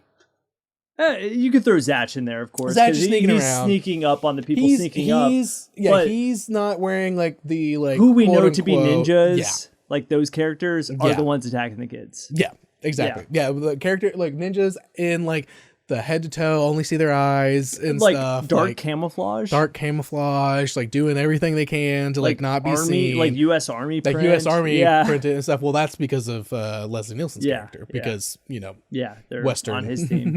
Exactly. Western thought and tactics in that regard. And then Bazach is sneaking around, and he's doing it in a very like blending in with the crowd, like assassin type way, like Assassin's Creed game like type way, which is cool. But then they just go full tilt, like, we're just gonna full on just assault this compound with sticks of dynamite, which seems very not ninja tactic to me. No ninja stars, no nothing. They have the like fighting sticks, you know, so they do that. They have the quote unquote knives. They're swords. I don't know why they call them knives. They have all that stuff, and that all works, but I was just confused. PG movie. I mean, I guess the surfing was good. They had some great surfing scenes. So the surfing part hit. The ninja part, not so much. More like surf martial artists than surf ninjas. But surf ninja sounds better, so I get it. And there is some ninja stuff going on. Well, you can tell it was an American who wrote this movie. 100%. Or someone with American like ideals and iconography, like being raised in America. For sure. No, there's no doubt about that. But now I'm forgetting his name. What was this? Baba Ram. The Baba Ram guy. The guru. That whole scene at the school, first of all. Insane. Just for the twist at the end. Oh God. Please go into that. Please tell the people at home who haven't seen this movie what the fuck happens with that, because I almost lost it. Wait, at the beginning or when it all tied in? Oh, when it all tied in at the end, especially because how the when the credits roll. I was like, I'm very angry. So moments like that are very weird when the score becomes part of the scene. Yes. I always think about A Knight's Tale with that. Oh, God. Which, that's another heavy favorite of mine from childhood. Yeah, which is fine. Yeah. Hey, go listen to Michael and I's episode, bro. Did you guys do A Knight's Tale? Oh, yeah. Cool. Okay. And I eviscerated that movie. Yeah. Well, in that movie, of course, it's that whole scene, like the opening scene where it's like the crowd literally doing the entire like knee slap, the boom like, boom clap, yeah, of We Will Rock You, yeah. But it's like yeah, the tie-in of Baba Ram, who's this spiritual guru that is brought to Johnny and Adam's school, L.A. school for some and fucking Johnny reason. is the appointed Eastern Asian representative. It's okay. So it's the weirdest fucking thing because one, they're in a public school, and they bring in a religious figure to talk to the kids, which seems weird because not supposed to do that. Yeah, but they do. But they do. We do. But we do. Yeah. It's LA, so it's an Asian spiritual leader. So like, I mean, I don't know. I guess we're trying. They're trying.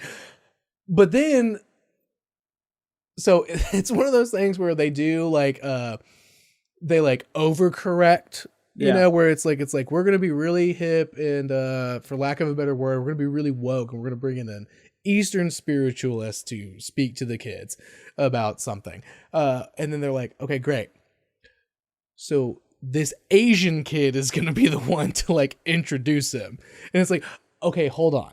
Like it doesn't have to be. And it's the least interested student they could pick. It's like he's clearly a bad student. He's clearly not prepped. Yeah. But you're forcing him to do it because he is Asian. Yeah. It could have been, you know, maybe the class president, no matter their race. Yeah. Like, I don't know. It's just, it's a very weird, it's one of those things where it's like, okay, like you almost hit it. And then you were like, no, but then this Pacific Islander kid has to be the one to introduce him because, you know, he's from there. Excuse me? That's referred to as when keeping it real goes wrong. Exactly. Yeah. Exactly. Because they were almost like, there. Oh, we're being inclusive. And it's like, no, you're actually just feeding into, you're just like, hey, like, it's like,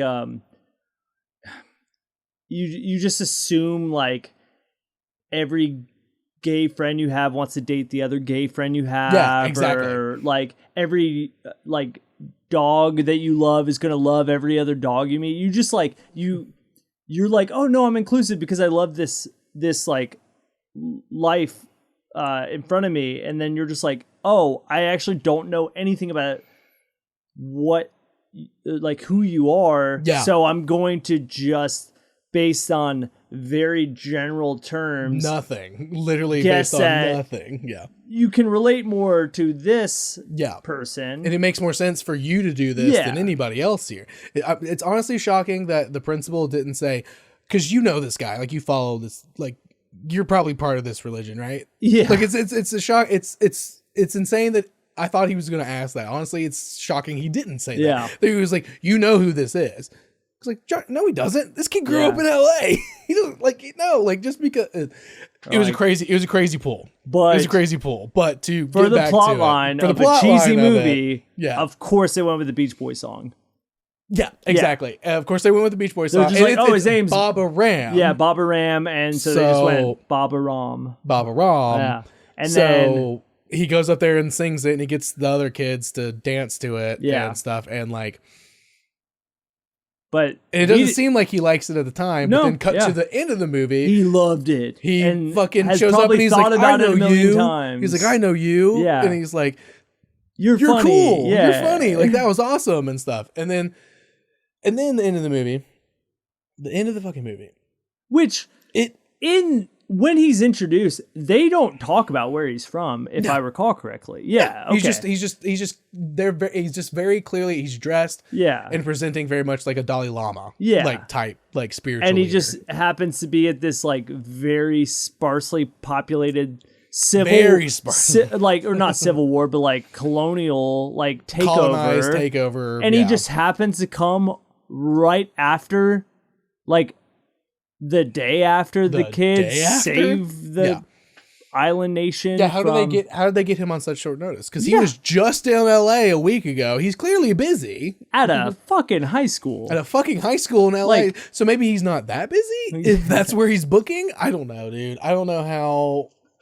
I don't know what that tour looks like. You know, if you're like a lowbrow Dalai Lama, like what your tour looks like. Because obviously Dalai Lama, he's meeting with presidents and all those people. Yeah, he ain't got time. But this guy's going to the fucking high school. This guy's going to a fucking high school. So I guess it does make sense he could just be at this random tiny little island nation. But also, I don't know. I just thought it's very weird to me. I don't know how to articulate it, but I also thought it was very interesting, let's say. We get there, we get to the end. They push Leslie Nielsen's cyborg body into a pool of water, and so he dies. Because we got the context of, if his battery gets wet at all, he'll die. So he does. They go and they have this big ceremony and stuff. And he goes up there, and Johnny says, "It's my first order of business. I'm dissolving the monarchy." That was on my notes. And we're going to be a democracy now. Yeah. Let's play Bob as the credits roll. Which might have ruined it from like cinematic, but it's like the anarchist in me is like, hell yeah. Like dissolve, like rise into that monarch role and immediately say, this is stupid. Yeah. Let's not do this. Let's actually listen to the people. But also at the same time, I think it's interesting that it was a monarchy that was taken over by a dictator. Yeah. And then democracy came in to kick out that dictator. Yeah. And the person who is now the de facto leader is still him, who is an American more than he is from that island at this point. I think it's very interesting. Yeah, because it sounds very familiar. You don't even get like a ending credit scene where it shows some update of like what they're gonna do or where they are now down the road. It's like that's the last. Like he doesn't say like I think he doesn't say like I nominate Zach as leader and stuff, an adult man like or something, but like it's like there's no anything like that. They just have a big old party while singing fucking Bob Ram, which also we'll get to that in a second. But like again, I was just like, monarchy taken over by a dictator, and then democracy comes in, kills the dictator, then implements democracy without any oversight. Does that sound familiar to you at all? In our age of growing up, the past 20, 30 years, does that sound familiar at all? Yeah, much smaller scale though. I don't know the population of that country, but but you know, it sounds like it just sounds really familiar. All I'm gonna, sure. And I was like, and again, going back to what you said earlier, an American wrote this movie, didn't they? But then so they start playing the song, right? Where them electric guitars come from, bro? Yeah, I know. There's like 5 people with electric guitars playing around in the background. And then the Baba Ram, whatever his fucking name is, starts playing the guitar. He does the guitar solo. And again, I get it's the end of the movie and it's like, okay, and now we're having fun as the kids are leaving the theater and everything. And I get that and I respect that. But as a 31-year-old man watching this movie, I was like, this is stupid. I was like, this is making me frustrated. No, I get that. But again, I get it. I don't know. I just thought the democracy thing, I was like, that's very funny. I was like, that's very, very funny to me. That this is that's how this ended up and stuff. But also at the same time, like, I mean, like, fuck a monarchy. Like, I get it. Like, I get that. Yeah. Like, fuck a monarchy. I was definitely that's cool. It's cool that he did it, but also it's like, wait, the way like the history of this nation went is also just again just kind of like, all right. Like, all right, that's interesting. I had a specific part of the film that I had forgotten how much it hit back in the day, but also present day. I was like, man, this is I don't know. I you know, I'm 33, so I'm not like chronically like online enough to be part of whatever slang is happening nowadays, but I feel like I have a good pulse, especially for like I'm in at upper percentile of people my age for sure. Yeah. Or even just millennials in general, just because I like friends of different ages. There you go. But also, it was funny looking back at it because, I mean, 93 is when that movie came out. That's when I was born. So some of these kind of moved into like our upbringing, but also like then were so hot. How much the word psych is used in that movie. Oh yes, my gosh. Dude. Oh my god, and dude. Brah. Yeah. BRA, brah. Yeah. That shit was crazy, yeah, dude. Even to when like the adults were talking to the kids Mm-hmm. and mocking their slang. Yeah. And I'm like, man, that slang is clearly more than 30 years removed. Yeah, that slang is slanging. Like it was crazy. They said far out. Far out, dude. I love far out. Like, yeah, but I never use it. They said it is like far out was not even like, that would have been like a Gen X term. Oh yeah. Yeah. They were still using it in the 90s, but like that was when they said far out in the 70s. Yeah, well that like, it's even that's older what I'm than saying. that. Yeah. I think it might change based on like different scales, but yeah, I mean, I guess the point was that like they have some like blend between like psych was just coming into the vernacular for youth at that point, and they were still using things like groovy and far out a little bit. Yeah. And so the principal says when he's like, you have to give this thing and stuff, he says like something along the lines of like, I don't know if it's like groovy for you to like da, da, da, da. Like he's like trying to talk to him, but he uses groovy, like he uses groovy, but he uses it as if he knows the word, but like didn't use it. And it's just like like he tried to to use it and stuff, but also he would have been using groovy when he was that age, like back in the day, and stuff. So like, it is interesting the way the slang is in and out of like the time, because like early 90s there was a lot of slang like coming up and like also going away. Like, I think that that is interesting, because like they were hitting the psych a lot, and I didn't bat an eye. No, like, I was born 95 and stuff, but like I mean by that point, I've said psych a lot of my life, by the time I was like knew what it was, was like it was a thing. No, when I was in high school, it was like common. It was like if somebody said something and you were like calling BS on it, you would just go psych. Yeah, exactly. Or the fucking it's the pretty online thing, like say psych right now. Yeah, like when you like someone says something you don't want to hear, say psych right now. Like that's weird. Yeah, that is weird. I don't know.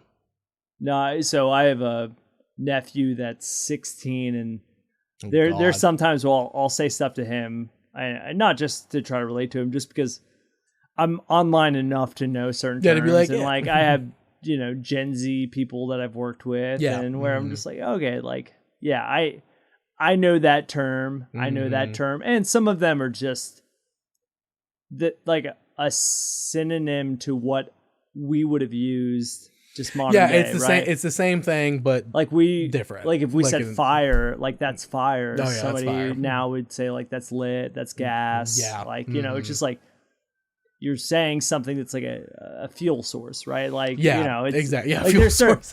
There's certain ones where it's that like, is funny, right? That actually is funny. It's gas, it's fire, it's lit. So it's a fuel source, or like lighting a fire, starting some kind of inflammatory thing. Yeah. Wow, that's interesting. But then also cool is the same thing. It's the opposite. Yeah, it's interesting. I remember. It's funny you say that, because I remember like being like 10 or 12 years old, Yeah, Sick's a good one. I love Sick. Yeah. Ill. Oh, that fucking see, ill is not used anymore, but people say Sick still. Yeah. And I love that picture of holy shit, I gotta take my dog to the vet. He's so sick right now, and it's a picture of a dog like on a skateboard. Yeah. Love that. With like a monster hat, yeah, like exactly. a Sig. Every time I see that picture, I'm like, yeah, I like that shit. That's funny as hell. No, every time somebody says I'm kind of feeling sick, I'm always just like, sick. Yeah, like give them the little surfer wag. Yeah. Which, yeah, hey, they didn't throw one of these hang looses. Any hang looses, dude. Wow. No hang looses, which honestly, kind of respect it. So one of my favorite cartoons growing up was Rocket Power. Of course. Yeah.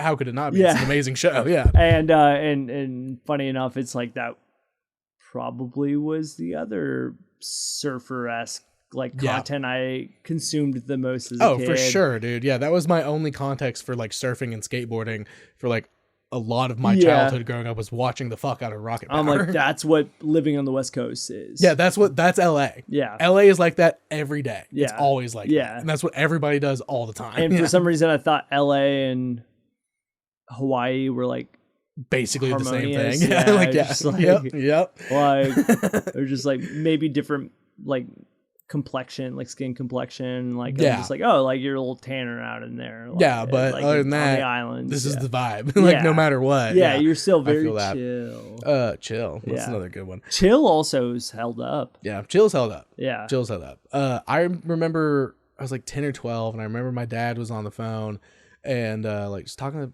whoever about whatever. But he like was wrapping up the phone call and was like, all right, man, cool. Sounds good and stuff. And I was like, I remember being like 10 or 12 or whatever and being like, he says cool. I say cool when things are cool. That's weird. Yeah. Like, right? I was like, is that weird? Or is that always been a thing and will always be a thing? You know? Like, because I think everybody still uses cool. Yeah.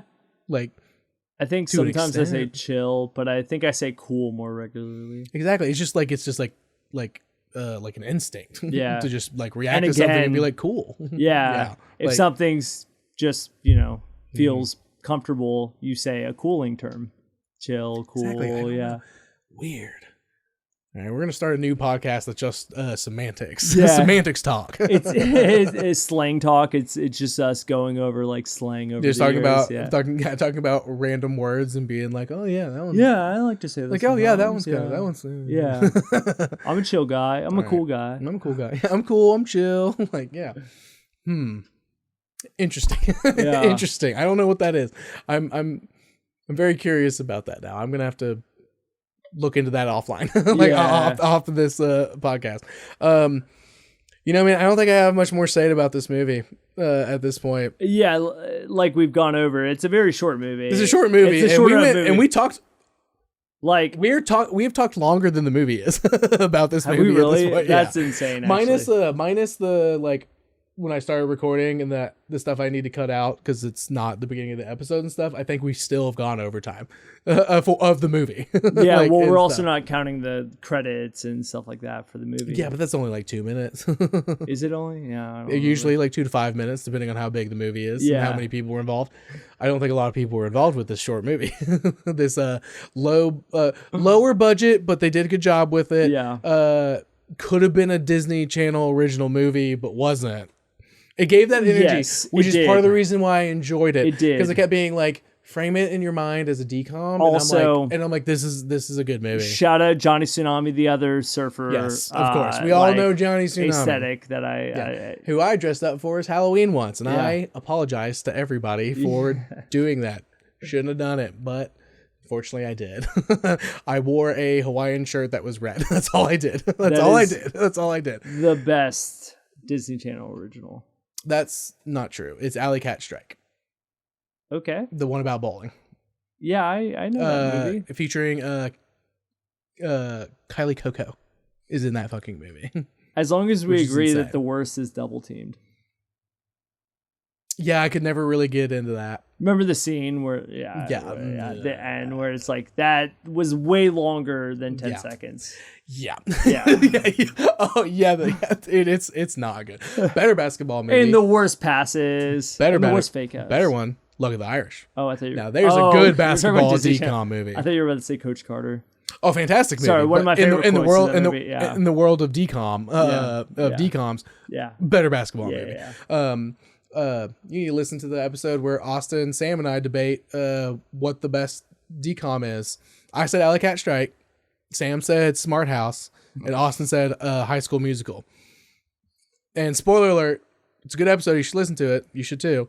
High School Musical won because of how powerful it was and how pervasive and how it's still like there are like my Gen Z coworkers, they've seen it and that was not of their time. Yeah. Like they weren't conscious when those movies were coming out, but they have seen them. And some of these other ones like Luck of the Irish and stuff that, they have not seen. Yeah. And don't even know what that is, but they know what High School Musical is.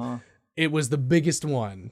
So even though High School Musical 2 is better than 1, because 1 is just Romeo and Juliet. The second one's an actual original story with like actual stakes that you don't know where it's going to go. And there's better music, but again, you listen to the episode. You listen to the episode, y'all listen to the episode. So you like this movie, you think? Yeah. We're gonna wrap up here. Yeah. So you think this is a good movie? I think that this.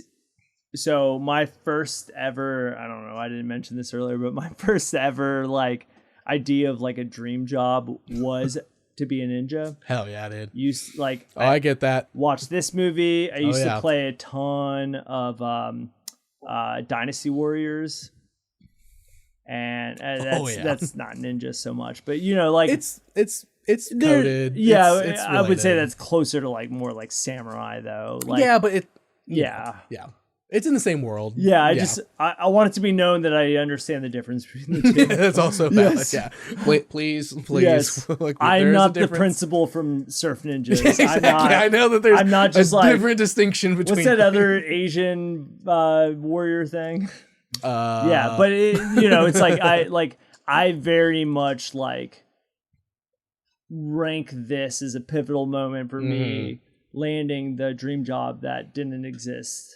Yeah, because it's not a job you can just like apply for and like it's like some people astronaut, firefighter, like whatever. It's like what my dad did. It's like I thought ninjas were so cool, and the surfer part was cool too, but I wasn't drawn to that. I was but that could just be a hobby. I was like, it didn't have to be a part of the job. It could just be a hobby on the side. Yeah, exactly.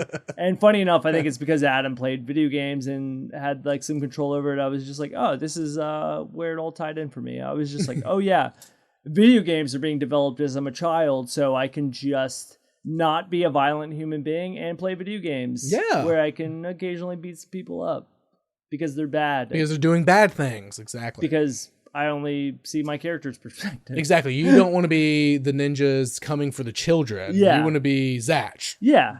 Protecting the children. Yeah, exactly. There you go. Yeah, yeah. I think he that's likes admirable. Zatch. We're going to need to take your eye out, though, but not really. Yeah. Because his eye doesn't actually go out. Yeah. So you have to wear an eye patch just for fun. Yeah, exactly. And you do that fun thing where you just swap it every once in a while. Like you talk to some people and then like you see them like the next day and it's on the other side. See if they notice. Yeah. That's kind of a fun bit. He should have done that. Yeah. They did the continuity was there where they kept it on the same eye the entire time. It would have been really funny if there was a scene where it was on the other eye. Yeah. I would have pointed that out. I would have noticed, but they do a good job with it. They keep the continuity there. So, we've talked about it. I think one of my biggest points in the movie last night when I was watching it was it's really fucking with me that Leslie Nielsen is here as a cyborg and stuff. But the more we talked about it, like, I think I'm kind of past that because honestly, it could just be as simple as, hey man, it's 1993.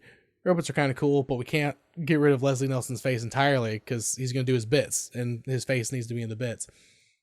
Just make him a cyborg. Yeah. And have half his face covered and it'll be lit. And then they'll be able to kill him easy when we wrap up this movie. Honestly, that's more than enough for me at this point. Yeah. I think I'm going to go ahead and concede. It's not a great movie. Yeah. But it's a very fun watch. Yeah, I knew you'd enjoy it. Yeah. I did have fun watching it because even if most of my enjoyment was screaming at Rob Schneider every single time I saw his face, because that guy sucks. Yeah. But also, I just kind of locked in a little bit and was like, well, I'm glad everything worked out. Yeah, this is a good watch. They phase him out enough. Exactly, and then the magical realism of the Game Boy and stuff. I really, really genuinely love that. And thought that was such a cool narrative decision, and was such a well written part that like is a through line through the entire movie that works every time they reference it. Even in the last battle and stuff, like he's playing it on the thing and like shouting to Johnny, like, oh, he's gonna do that, like, duh, like he's doing like stuff like that, and I think it works perfectly. So I think this movie is worth a watch. Is it gonna be in your top 5 favorite martial arts movies? Probably not. No, I would say top 20. Top 20 for sure. And the nostalgia of it. And the nostalgia of it, and stuff. Because it's been a minute since again, it was also like getting to watch a decom for the first time again, because it's so decom coded and stuff. And I was like, once I like halfway through the movie, I was like, it's a decom, but also they don't have the restraints of Disney, so they can do a little bit more with like other kind of stuff. And they can push the envelope a little bit for a PG movie versus a G-rated decom and stuff. And once I kind of like got that thought process going, I was like, you know what? Yeah, this ain't that bad. This ain't that bad, even though it's heavily flawed in many ways. So congratulations. You have won this debate. Hey. And everybody should watch this movie. But again, everybody should watch. I try to say this every episode, but like everybody should watch every movie we talk about. Even if it's one that that is short and is like, yeah, this movie really actually fucking sucks. Like, or and stuff, like everybody should watch these movies just to know and stuff. And like, hey, a lot of people worked on these movies and stuff. Rent it if you can find it streaming somewhere. Just fucking watch them. What else are you doing? Reading books. Ew. Ew. Cut to Josh sitting behind my bookshelf, sitting in front of my bookshelf. I like to read a lot as well, actually. But that's fine. Well, thank you so much for jumping on. I'm glad we finally did this one. I was very excited to do this one. I think this is how it had to happen too. You I think texted so. me the week of, and not us talking about it while drinking. Exactly. Which is how this whole thing started. It was it's like, man, you get on the podcast and you're like surf ninjas, and it's like, what the fuck is that? And stuff, while there's like a million other things going on. Exactly. But I think me being like, you free next week, and you were like, hell yeah, I am. Like it was definitely the way to do it. So thank you again. I'm glad we did it. We'll have you on again for something else. What was that other one? Shaolin soccer? Shaolin soccer. Maybe. I could go either way. I don't know. So, but then it's like, what's your favorite sports movie? Or is it another martial arts thing? We'll offline about it. We'll like we've talked about. We'll figure it out. So that's the end of that. Follow on social media, Bad Movie Debate Pod. If you want to see us, that's all on YouTube. So go there to see anything. Follow on TikTok and Instagram and all that shit. I don't use Twitter or anything like that, but Thanks. no, not that, because it's not that. But yeah, so follow on all that to stay updated with shit. I post a lot of short reviews on social media and don't do full episodes of them if you want to see what I'm thinking about current stuff. I'm going to plug something besides that. Everybody should go see Obsession in theaters. Best movie of the year so far, in my opinion. And you should also see The Backrooms and watch all the shit on YouTube. Another really good fucking horror movie. These fucking Gen Z fucking like YouTubers are making fucking great fucking horror movies right now, and everybody should check them out. Is there anything you want to plug? Anything you want to direct, whether it's something like personal related to you or just like hey, everybody should watch this, or listen to this and stuff. Oh, one more. Widow's Bay is the best TV show that's come out so far this year. It's fucking hilarious. It's scary as fuck. It's amazing. End of my plugs. Do you have anything? I mean, well, with where we are at in this current state of affairs, AI becoming more and more of a discussion, and a forced discussion at that, which it was always going to come to this. But film-wise, I could easily put together a top 20 list of like films in that vein. Ex Machina, if you ever want to just fucking think really hard about where things are going and what it is doing to the people that are in positions of power with influence in this world. I'm a second that. I think it's a good time to rewatch that movie. Yeah. It'd be a really good time to rewatch this movie. You know, sometimes movies, you know, they say life imitates art. Yeah. And sometimes it's not for the best. Sometimes films can warn, let's say, if you haven't seen that movie. Couldn't agree more. You should go see The Backrooms to give Kane Parsons, the 20-year-old writer and or director of this movie who created this whole narrative and stuff, because he went on some news thing. He's getting a bunch of interviews, you know, pushing the movie and stuff. First of all, A24 picked him up. Insane to direct it. Youngest director to have such success in a really long time. And he straight up said, if I could snap my fingers and erase all generative AI, I would do it. He's so anti-AI, and he's like pushing that narrative so hard, and he has a huge platform to be able to do it. And this movie, you're going to watch it, and his stuff on YouTube, you're going to watch it, and you'll be like, this isn't AI? No, he made all of it in Blender. He spent the time to actually craft these things using a computer to make what he has put out. And is like, there's no need for that in film. That's insane. Unlike Martin Scorsese, who is teamed up with AI. I don't know if you heard that news. That just came out pretty recently. All the boomers love AI. All the older directors and old Hollywood are leaning into it, and all the young ones are like, fuck that. So yeah, I completely with you. Completely with you on that. If that tells you anything. Yeah, if that tells you anything. Okay, boomer. Yeah. Remember that? Remember how mad that made them? Should we bring that back? Some slang? Should we bring that slang back? It made them so mad, and it was so funny. Yeah. And it was so funny for everyone. Yeah. But yeah. Thanks again, man. Of course. Appreciate you. Until next time, y'all.